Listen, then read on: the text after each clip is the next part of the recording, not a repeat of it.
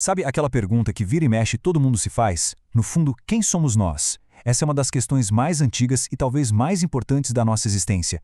E hoje a gente vai mergulhar fundo para tentar entender as várias camadas que formam essa resposta. Então vamos lá. O que define quem a gente é? É o nosso nome? O nosso trabalho? A nossa aparência? Ou será que é algo muito, mas muito mais profundo? É como uma teia complexa, cheia de fios, e a gente vai começar a desenrolar esse novelo agora. Para começar, vamos alinhar o que a gente quer dizer com identidade. Definitivamente não é um rótulo simples, uma coisa só. Pensa mais como um mosaico gigante e super complexo. Cada pecinha desse mosaico é um fator, seja ele pessoal, social, cultural ou até psicológico. E é a soma de todas essas pecinhas que nos torna únicos. E para a gente conseguir montar esse quebra-cabeça, vamos explorar 4 dimensões principais, 4 grandes áreas que compõem quem somos: a pessoal, a social, a cultural e, claro, a histórica. Cada uma delas é fundamental para a gente ter a imagem completa. Beleza. Nossa primeira parada é uma viagem para dentro. Vamos começar de dentro para fora, olhando para nossa matriz interior, ou seja, o eu e os alicerces que o sustentam. E aqui a gente chega num debate clássico. Nascemos prontos ou somos moldados pelo mundo? Natureza ou criação? Olha, por muito tempo isso foi visto como uma briga, mas hoje a gente entende que não é uma coisa ou outra, é uma dança.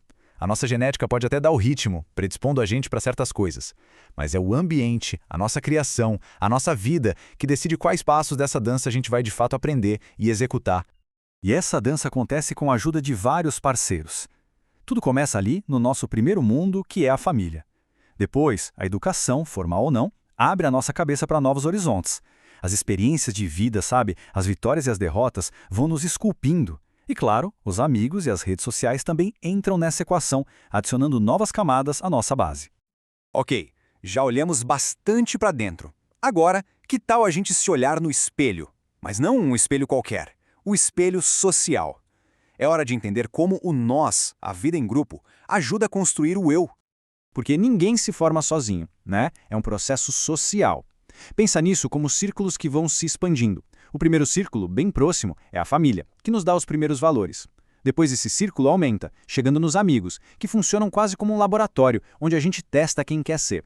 E por fim, a gente se conecta a comunidades maiores, por interesses em comum, pela cultura, adicionando ainda mais peças ao nosso mosaico. E isso nos leva a uma ideia muito poderosa, que está nessa frase. A cultura é como um espelho.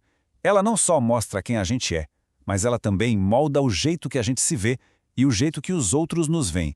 É uma força tremenda na construção da nossa autoimagem. Agora, vamos dar um zoom out. Vamos ampliar nossa lente para enxergar o palco global. Como é que as grandes forças da história e da tecnologia estão definindo o nosso nós coletivo hoje na era moderna? É muito interessante olhar para trás e ver como a própria ideia de eu mudou com o tempo. Lá nas sociedades antigas, a identidade era da tribo, do coletivo. Você era o seu papel no grupo.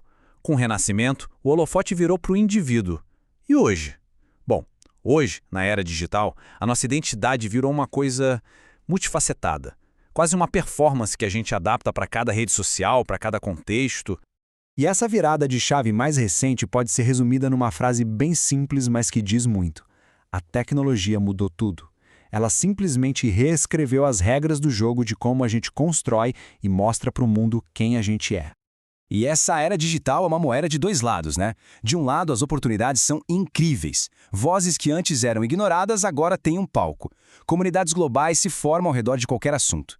Mas do outro lado, vêm os desafios. Aquela distância entre quem a gente é de verdade e a nossa persona online. A polarização, os conflitos, a desinformação.